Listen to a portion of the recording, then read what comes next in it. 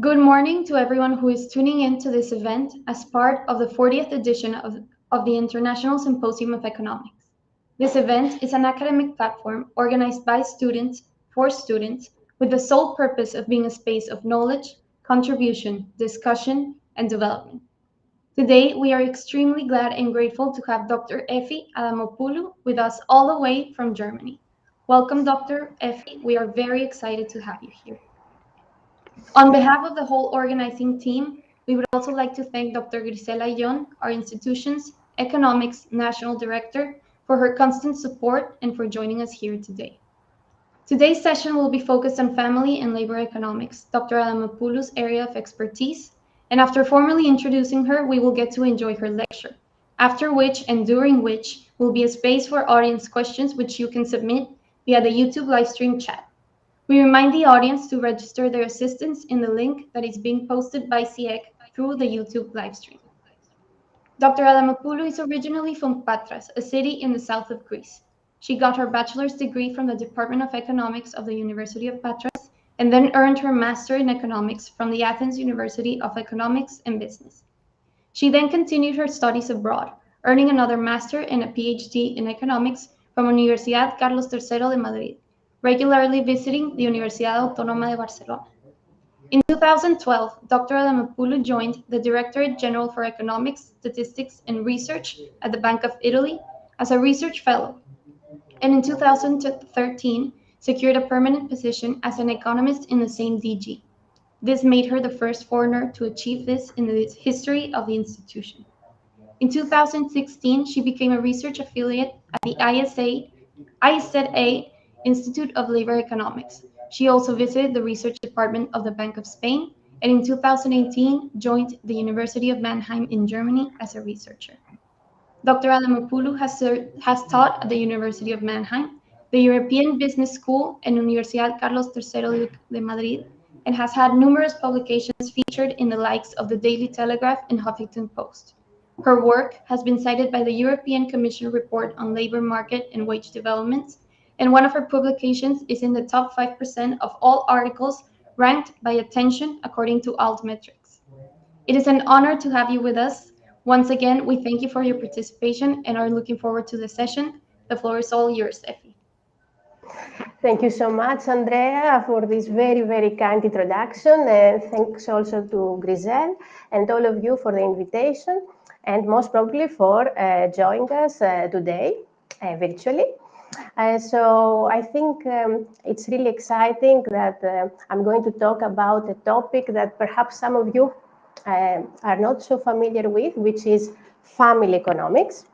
Not just economics. So will you share the screen with the slides? Perfect. So some of you might have heard about family economics, but what is it about? And is it so much different than the mainstream economics that you learn at school, at the university, like things about, I don't know, inflation, things about monetary economics, or also like things like microeconomics or macroeconomics. You will see, I hope, by the end of my presentation, that labor economics is not that different. So the tools are actually very, very similar, but perhaps the topics are a bit different. So what is family economics? Family economics, it's a subfield of labor economics. And labor economics is actually quite broad. So there are papers in labor economics that they study labor demand by firms, or other papers studying labor supply by individuals. So who participates on the market or no? Who do firms hire? Then there are papers about wage cyclicality. So how wages move over the business cycle.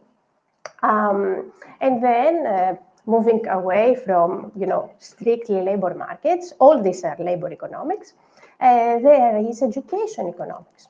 So how people decide whether to, go to college or no.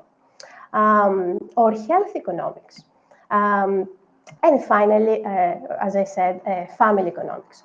All these are under this big field of labor economics, but let's focus now on family economics. Let's please move to the next slide. And let's try to understand what it means occupation housewife. So in 1981, it's a very, very nice paper written by Bergman, The Economic Risks of Being Housewife. It's just 4 pages, and I recommend all of you to read it. And I would like you to think, being a housewife, is it actually an occupation? Is it an activity that serves as one's regular source of livelihood? Think of it. First of all, let's see, does it produce some output? Is there pay for what this housewife produces? Are there risks specific to this occupation? And what about the job transitions? So let's think all together. For sure, there is some output, no? Because the housewife does the cleaning, does the cooking, prepares the children, no? Pay? I don't think there is any. And there are for sure risks specific to this occupation, because suppose that there is a divorce coming, and then this housewife has now to move to a different occupation. But she has never worked on the market before. So how difficult will it be to actually find a job with zero experience on the labor market? So it's quite risky. And that's why the job transitions from housewife to a different, formal, let's say, occupation might be particularly difficult. Let's move to the next slide, please. And actually, back in the 50s or in the 60s, there used to be a course in the school that was called home economics. But what was home economics? Was it a course on the economics of the household? No, no, no. If you continue to the next slide, you will see that actually there were courses meant to train women in the domestic arts, how to sew, how to cook, how to take care of the children. So housewife, back in time, was considered an occupation that one could actually train for. And in those books, there were, specific advice how to be a good housewife. And one of them was, try to make your home a place of peace and order, where your husband can renew in body and spirit. So these are the kind of, the kind of course that a housewife had to take. Let's continue, please. So let's think more about this occupation. Although housewife was an occupation for centuries, the output in the home sector is not counted in the national accounts, still now.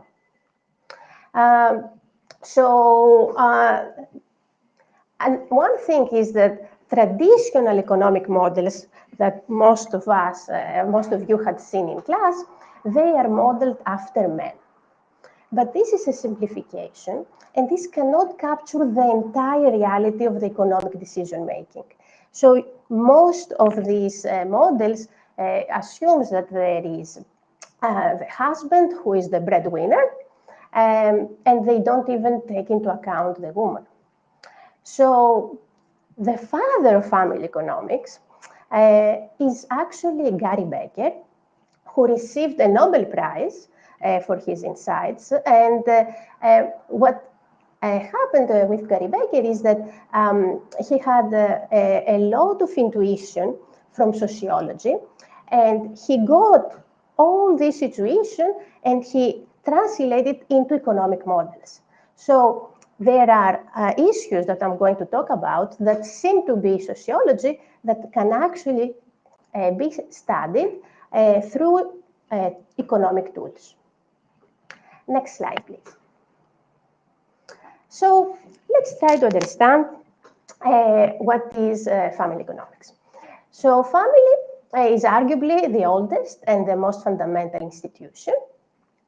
And there is one specific point of departure. So one key thing that we have to take into account as economists. So when men and women decide to marry, to have children, or to get divorced, what they do is, as all individuals we learned in utility maximization, they just have to maximize their utility by comparing the benefits and the costs. So they will have children if they expect that children in their life is going to increase their welfare. So think of all these decisions, whether they will marry, whether they will divorce. They have to compare. Where are they going to be better off? So the framework that we use in family economics is exactly combining the maximizing behavior that you all saw in your micro class with analysis of marriage and divorce, specialization and division of labor, who does what in the household, investments in children, but also legislation and how policies affect families. Next slide. So let me talk also a bit about fertility. The first economic analysis of the family was actually Malthus, that many of you might have seen in your classes. And Malthus, back in 1788, had predicted that fertility would rise as income increases. However, this didn't happen.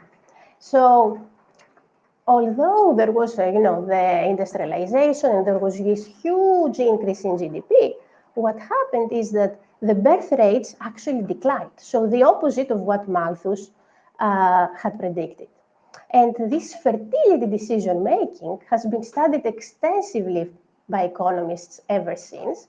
And economists try to understand why, although the income was going up, the number of children was going down.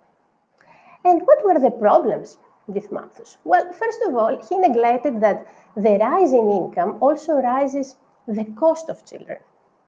And what I mean by cost has to do with opportunity cost. So if you earn, for example, higher wages, for every time that you spend with your child, you lose a wage that is higher out there. Another thing is that he neglected the greater importance of education. So the parents may want to invest more in the skills of their children and therefore have fewer children. So this is something that Gary Becker, that as I told you is the father of family economics, calls quantity-quality trade-off. So parents, they may decide to have fewer children, but to invest more on their education. Next slide, please. Another thing that we study in labor economics is the division of labor. And it's amazing. So there are time use surveys where they ask people how much time they spend, for example, doing housework, meaning cooking, cleaning, etc., and how many hours they spend working. And if you see it, in most countries, it's incredibly persistent over time and across countries. So it's almost everywhere that women are more specialized, and they are the women that actually spend more time doing housework. So why this thing? Of course, it changed a bit over time, but it's still there, this specialization. And one thing that in family economics we found out is that small differences in skill can actually get amplified if there are increasing returns to investing. So that's the thing. So if you start with a small, for example, gender wage gap, then perhaps this gender wage gap out of this specialization makes it even worse and even worse and even worse. And this division of labor, who actually does what, doesn't change. Another thing that in family economics it has been studied a lot has to do with altruism. So family members feel altruistic towards each other. And you may think, and it's amazing, that actually many government programs can be undone through family transfers. So think of pensions. Instead of having a pension system, you could have, the children that they grow up, and afterwards they support their older parents. No. So this has very wide implications, because the establishment of the social security program of the pension system may have led to a decline in the importance of families. So if now there are pensions, then perhaps people do not have the incentive of having children because they don't need to have somebody to sustain them economically.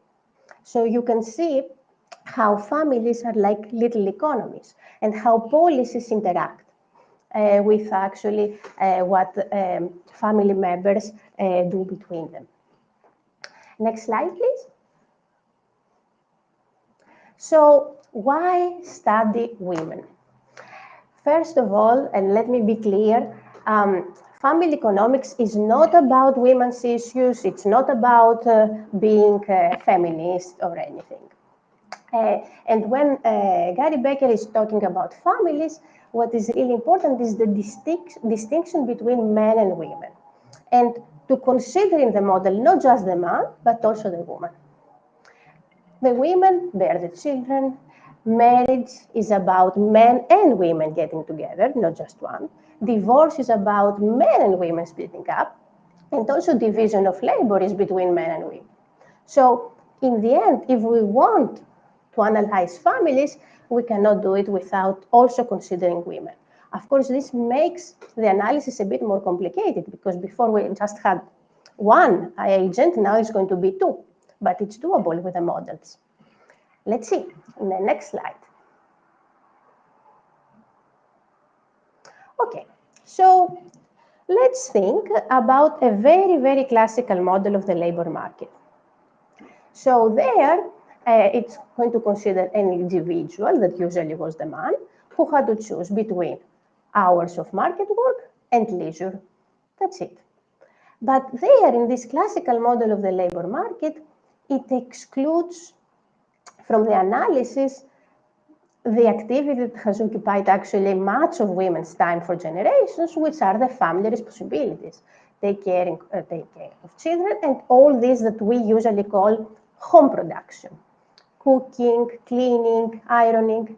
So these traditional labor economics that analyze men only, and they don't take into account the home production, are not suitable in order to actually study families. So here is where family economics comes, and this is the contribution. Let's see in the next slide.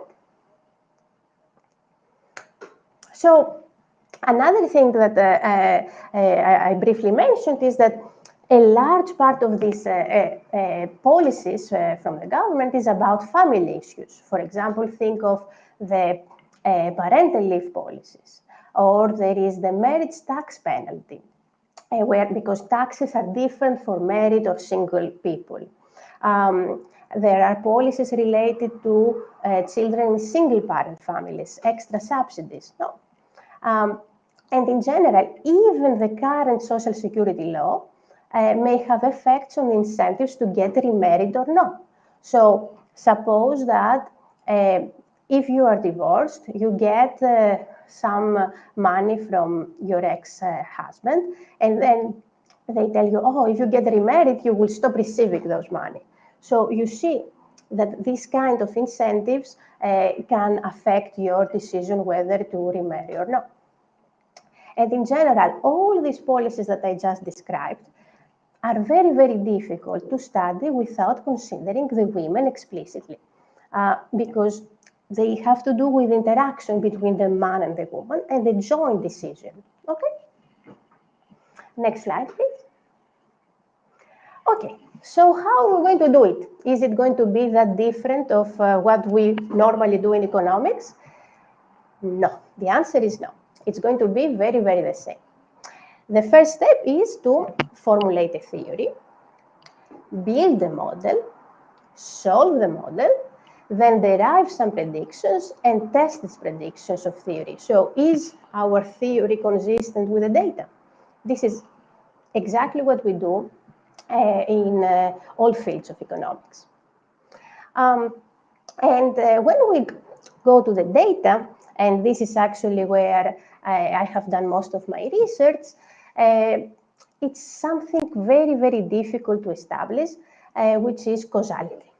So you might get some correlations, you might find some interesting results, but to say that something is causal and to say that this policy made, for example, more people get married, or this policy had negative effects on children's welfare, it's very, very difficult to do and very difficult to establish. So what we do nowadays is to actually exploit natural experiments.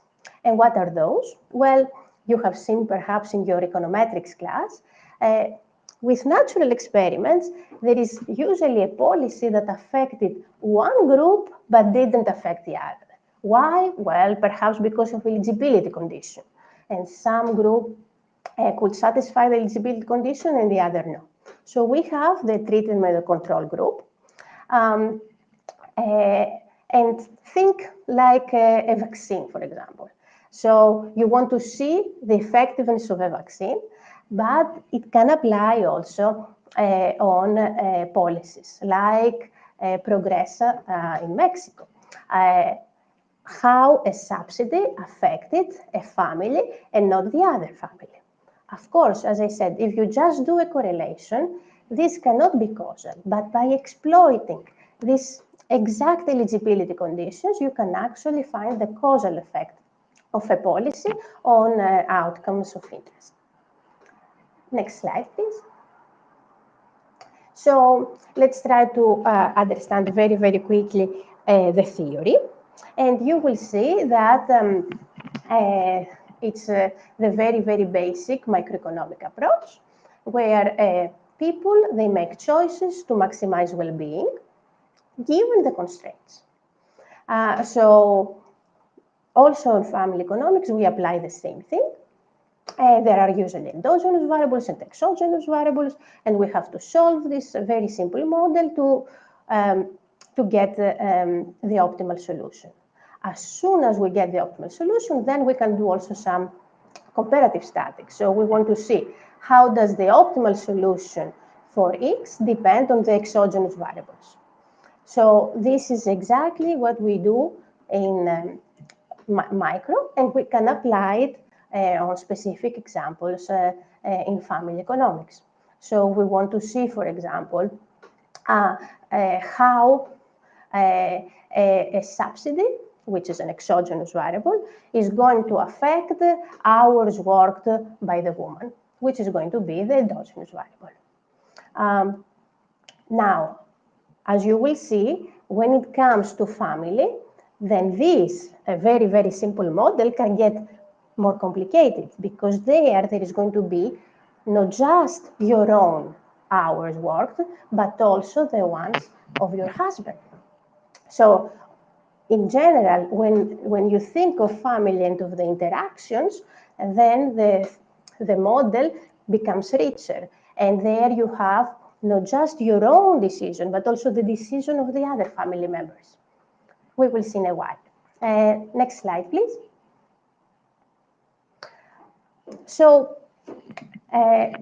the price theory that you have seen in most micro classes can be applied in family economics. One example, how does an increase in the price of daycare affect women's labor force participation and childcare choices? Think of it. If daycare, kindergartens, become cheaper, are women going to use more daycare, and then will they participate more on the market? In order to study this simple problem, you can apply the usual price theory, but on family decision making. And here it comes the complication that I said, because here there is the interaction of various family members. So if we want to write the budget constraint of a family, the income of both spouses should appear. And then the optimal labor supply of the wife may depend on the husband's labor supply choices. So it might be that if the husband is working, the wife is not. But then if the husband loses his job, then also the wife decides to enter the labor market. So these are a bit more complicated, but still they are solvable, and there are many family economics models that actually have this kind of interactions modeled. Next slide, please. Okay, so let's try now to have an economic theory of merits. So what is merits from an economic point of view? And how do people choose to get married?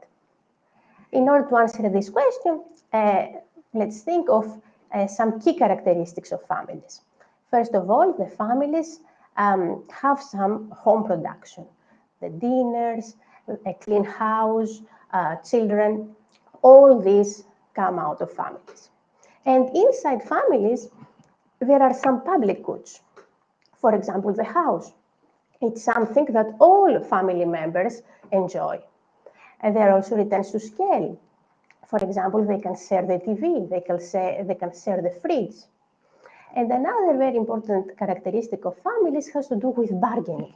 So there are transactions within family, who is going to work more, who is going to cook, as I said, the division of labor. All these things that actually can be modeled. Okay. Next slide, please. Now, my question is, why do people get married? And you will tell me, yes, it's out of love, it's out of affection. Fine, I agree. For sure, this is a reason, but it's not the only reason. And here is where economics come. So, other reasons are in the following slide. Let's see. So, gains from specialization. It can be that it is optimal, one, to stay at home, and the other one to work on the market. Think of your trade class.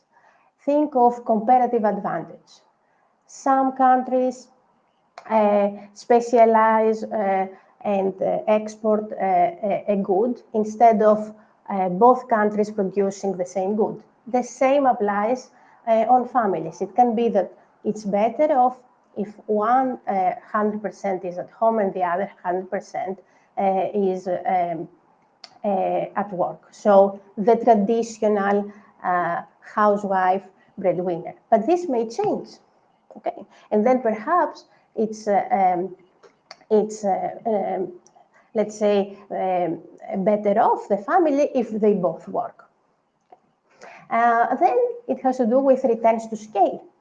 So think that these two-person households, they do not need twice as many fridges, twice as many ovens.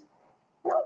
So when people get married, they just need one. And then another very important advantage of families has to do with risk sharing. So there is pooling of resources. And these reduces the risk of income loss in the event of job loss. Okay. So it can be that, okay, one of the family member loses his job, then the other compensates. So this risk sharing, of course, is possible only if also women work, because if they do not work, then there is not much risk sharing. But nowadays, that more and more women enter the labor force, we do see that this is actually an important reason why people get married. Next slide, please. Okay. Another very important topic in family economics is to evaluate policies. And there are many different policies that can affect families. First of all, there are policies that are targeted to everybody, like the income taxes or the retirement benefits. And we want to see whether these general public policies, for example, taxation, affects families. What are the unintended side effects of income taxes? Do they affect marriage? Do they affect divorce? Do they affect fertility decisions? And let's consider an example. No? In many countries, single people pay higher, they have a higher tax rate than married people. So this gives an incentive to actually get married, and by getting married, paying lower taxes. This also affects divorce, because people might say, oh, I don't want to get divorced because then I will go back to the high tax rate as a single. All these are things that, we can model through a maximization problem, where we also add the taxation. Okay? Then there are also policies that are specifically designed to affect families. They are called family policies, like childcare subsidies, like parental leave policy. And here, there are so many papers that they try to causally study the effect of these policies on fertility, on marriage, on labor market. So think of the parental leave policy, for example. When a government decides to, when the government decides to give more generous parental leave, the intentions may be like, for example, to have more equal treatment between men and women, and now also say that not just the mother gets some maternity leave, but also the father to get some months of leave, for example. And there are some countries that actually pass this kind of laws, and the intention of the policymaker was to actually make this gender wage gap, for example, go down. And what happened is that in some countries, the opposite happened. And when fathers got parental leave, afterwards they started actually wanting to have less children because they found out how penalizing it is for their career to have a child. There are also childcare subsidies. Sometimes the government hopes that by giving childcare subsidies, women and men may have more children. No, but you have also to take into account this quantity-quality trade-off. So it can be that by getting this childcare subsidy, instead of having more children, you may have the same amount of children and invest more on their education, which is also desirable, no? But in some cases, there are also unintended effects. So it can be that, they give to families money, and then the families do not invest them on children. And they use these kind of subsidies for, their own consumption, like on drinking or smoking.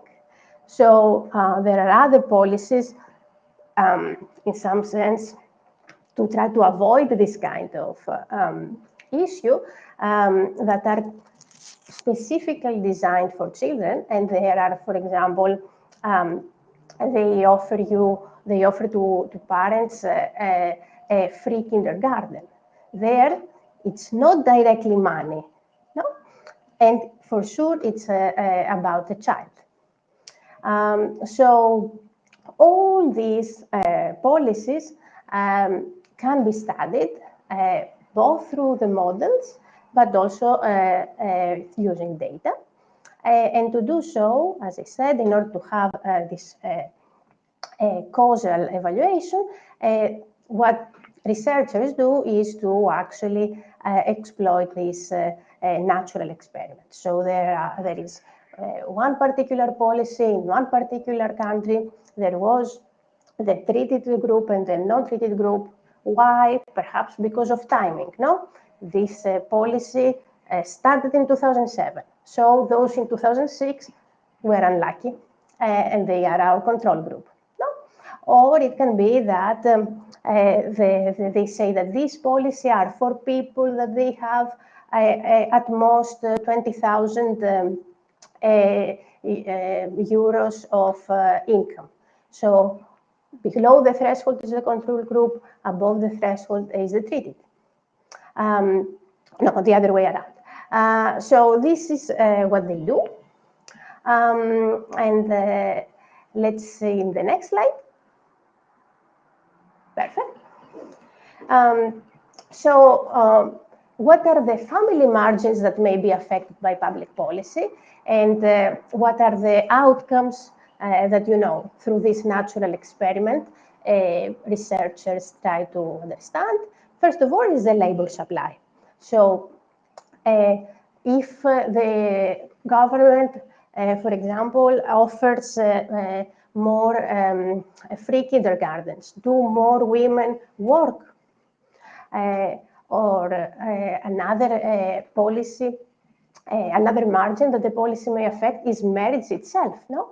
If, as I said, married people pay lower taxes, have a lower tax rate than single, do more people actually get married?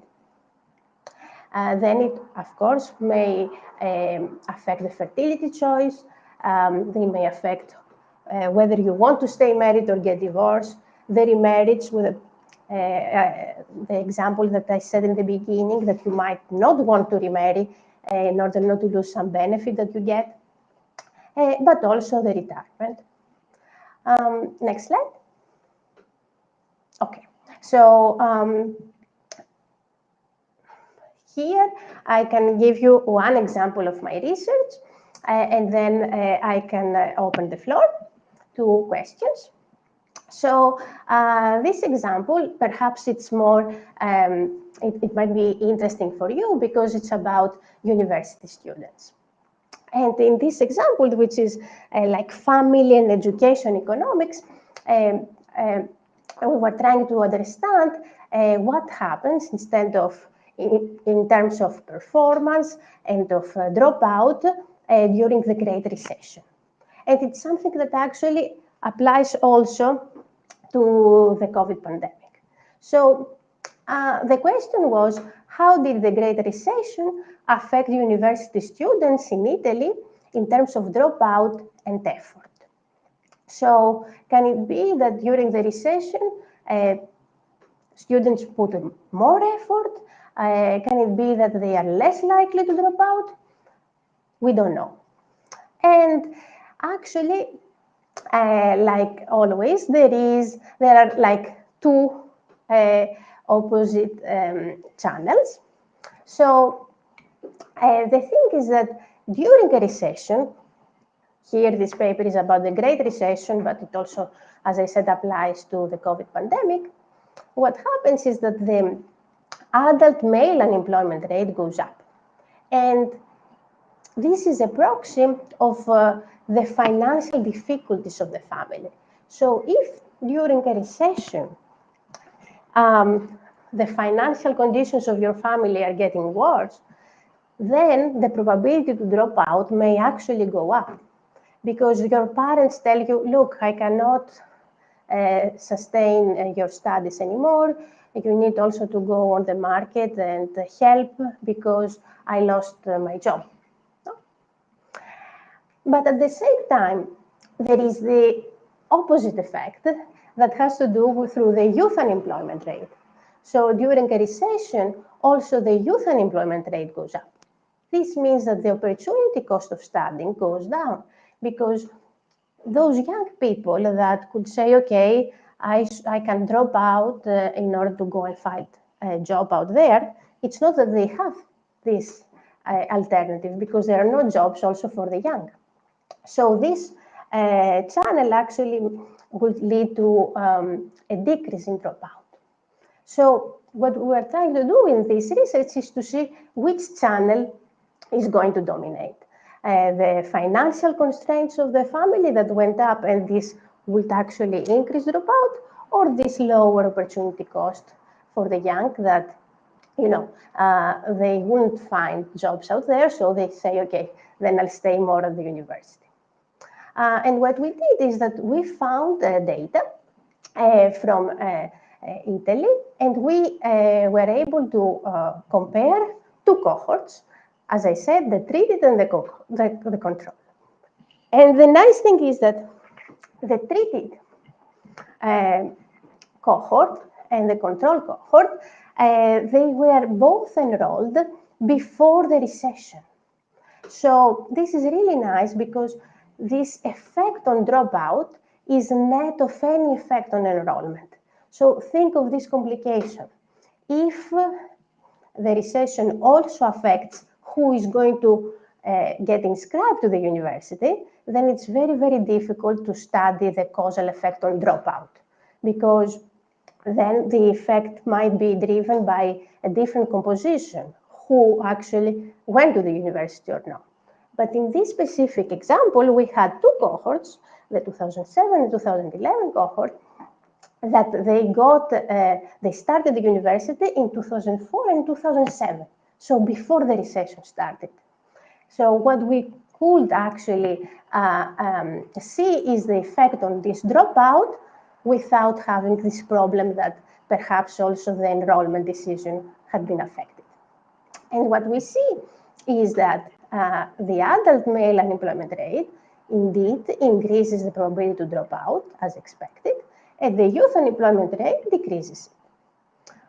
But what actually dominates is the youth unemployment rate. And in the end, what happened is that the dropout, the probability to drop out went down.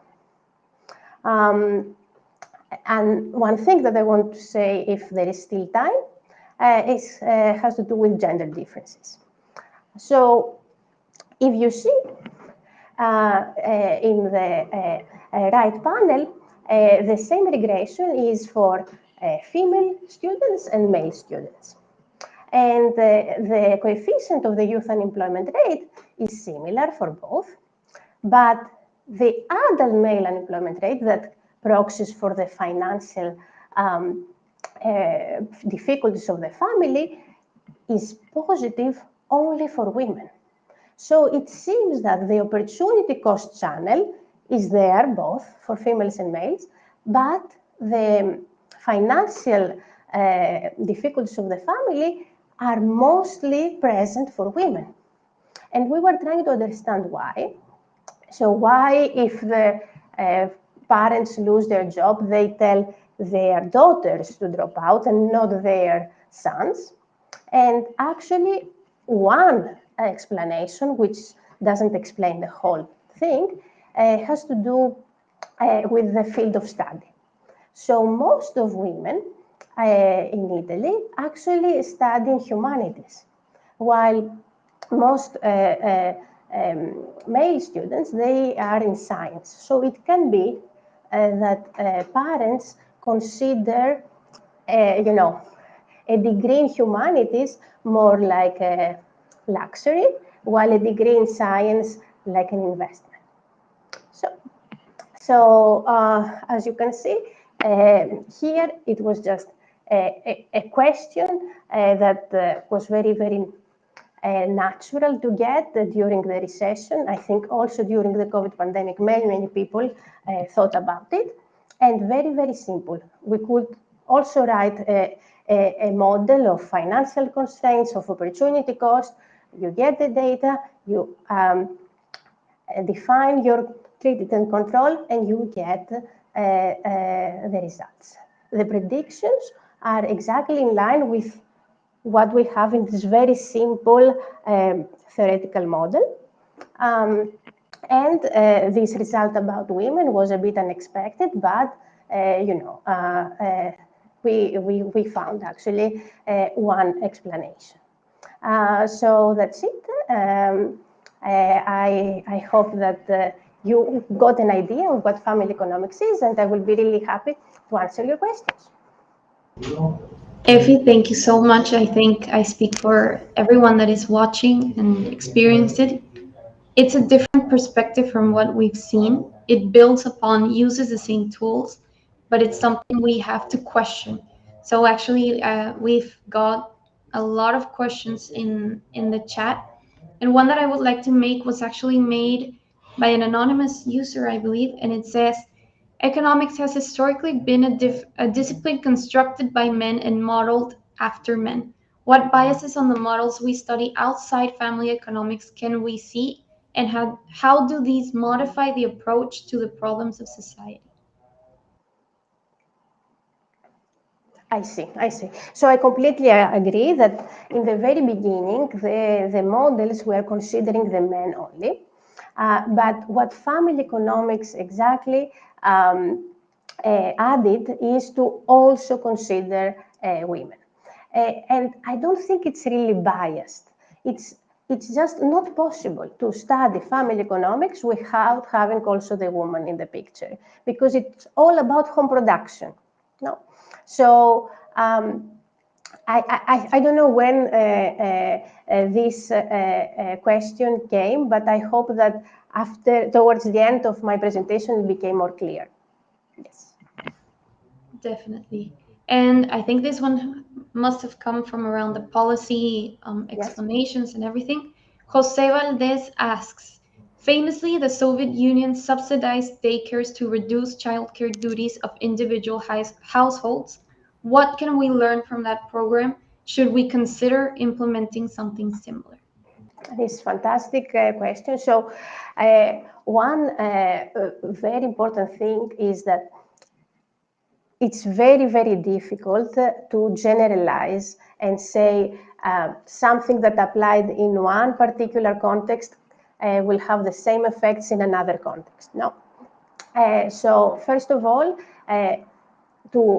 to answer this question, you have to be able to do a policy evaluation. And in order to be able to do a policy evaluation, you will have, to exploit, as I said, some natural experiment. First step will be like get some causal evaluation. And second, to understand different context. So if you apply a policy in a country where, for example, female labor force participation is low, the effect might be very different from another country where the female labor supply is already high, for example. Or another thing we have to consider are the alternatives. What's the alternative to childcare? Is it, for example, a very qualified, nanny? Or is it like staying at home with an old, grandma that cannot take care of you? No. So I think in order to understand and answer a question, it's not so easy. And I think that's what we get from what you talked to us about. We can definitely see it's not a simple analysis. It's actually even more complicated when you take into consideration these important aspects. And I think something that I also had throughout your presentation is Mexico. In Mexico, we have a very determined structure, very determined culture family roles and women participation in the labor market and everything. And Gabriela Suarez asks, how can we measure the unpaid work or house labor and incorporate it into other models, econometric models? It's extremely difficult. It's extremely difficult. And this is the reason why, in national accounts, still it's not there. It's a very, very difficult thing. Yeah. One thing that, if we want to incorporate it into our econometric models, what people usually do is to use this time use service. Because in the time use service, you know the exact hours that a person, had to clean or had to cook. And there are also questions about, time spent with children. Or, for example, time you spend reading with a child, to a child. So these are proxies, more or less, of hours work on home production and also time investments into children. So this is what most people do, but of course, it's very, very difficult to measure. I can definitely imagine. And we actually have one that I think is quite interesting, also from Jose Valdez. He asks, could the current division of labor in households be a response to economic incentives of hyper-specialization? And should we return to multi-generational households to distribute labor?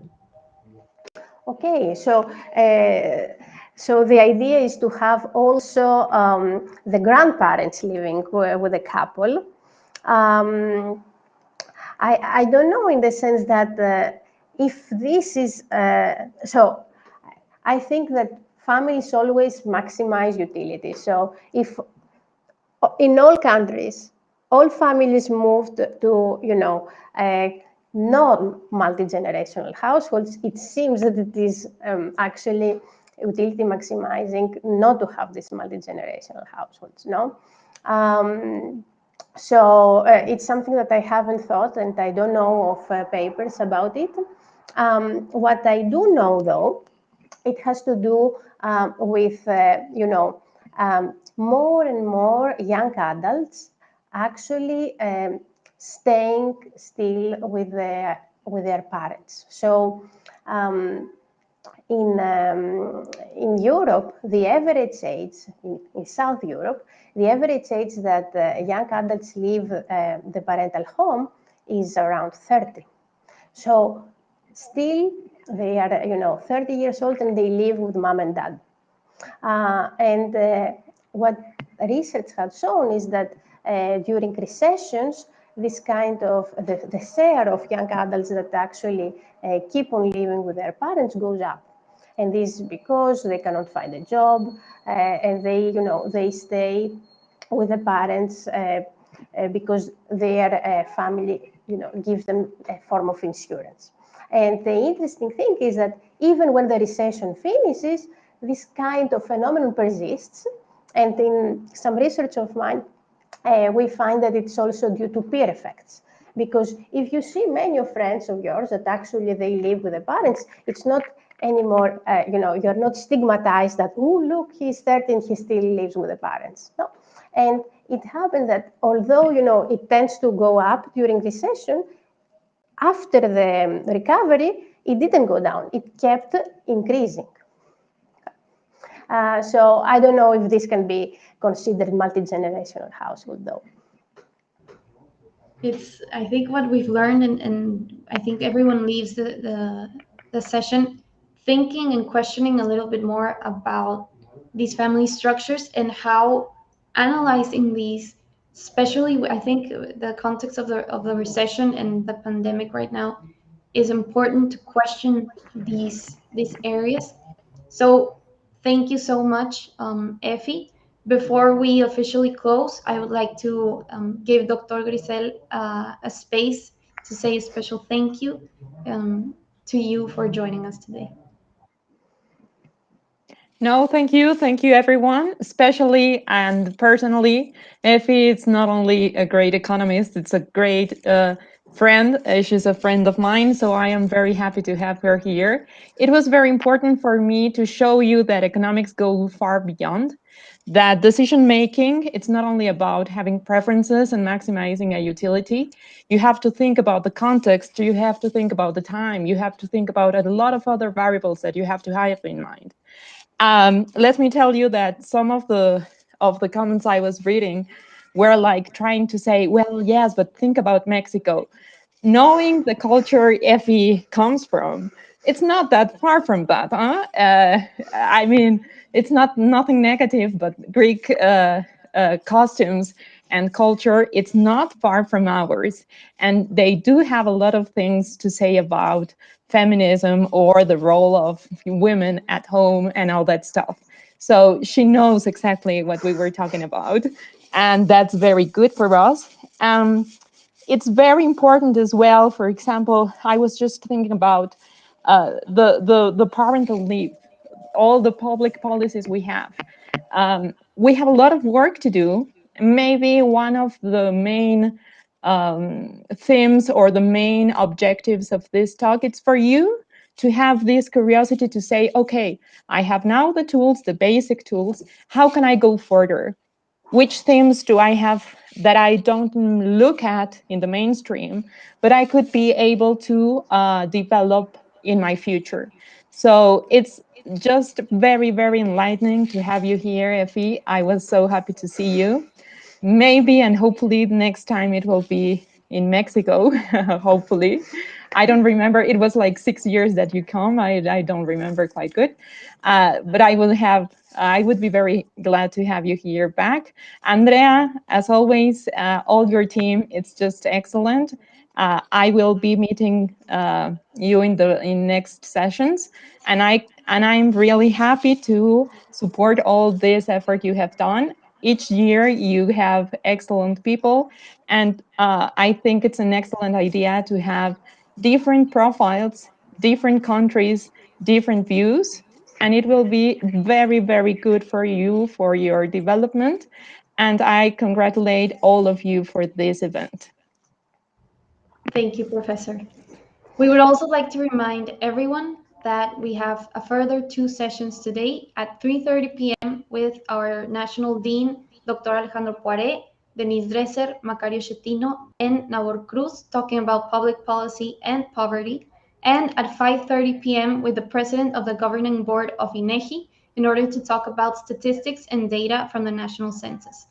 Effie, once again, thank you so much for all the process behind the session, and for the session, for the questions, for everything. We will be sending you a formal gratitude in recognition of your very valuable participation in this 40th edition of the International Symposium of Economics. Thank you, Dr. Edición, and everyone for joining us today.